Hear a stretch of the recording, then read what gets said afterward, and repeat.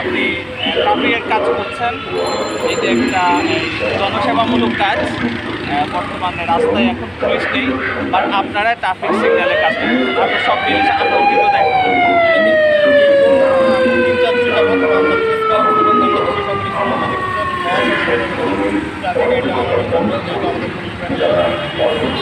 তারা যথেষ্ট সচেতন এবং মানুষকে তারা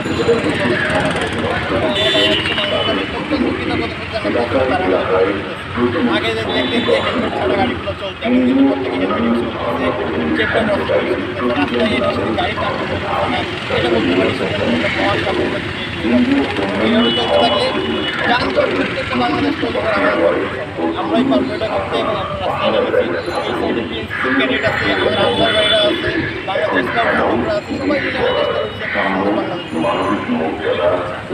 এই যে আপনি তো কখনো ট্রাফিকের কাজ করেন, কিন্তু ট্রাফিকের ঠিক আছে অভিজ্ঞতা হয়তো কম বেশি সবার থাকতে পারে, বাট আপনি ফিল্ডে কিন্তু ট্রাফিকের কাজ করেন, কিন্তু এখন ট্রাফিকের কাজটাই করছেন।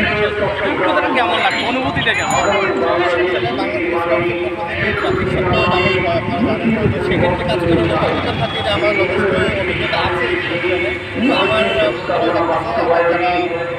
যারা আছে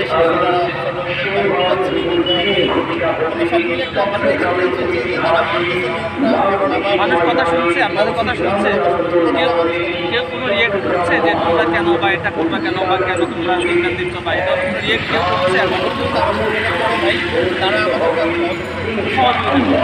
তাহলে আপনি এদেশের মানুষ বা এদেশে যারা ট্রাফিক মেনটেন করছে তাদের জন্য আপনার কোনো বার্তা আছে কিনা? আমাদের দেখে আপনারই ভালো, আপনারই ভালো ট্রাফিক নিয়মটা মানবেন। সেফটি আপনার ফ্যামিলি আছে, ট্রাফিক আইন ভঙ্গ করতে গিয়ে দ্রুত পৌঁছানোর চাবে কখনো তো নাও পৌঁছানো যাবে না।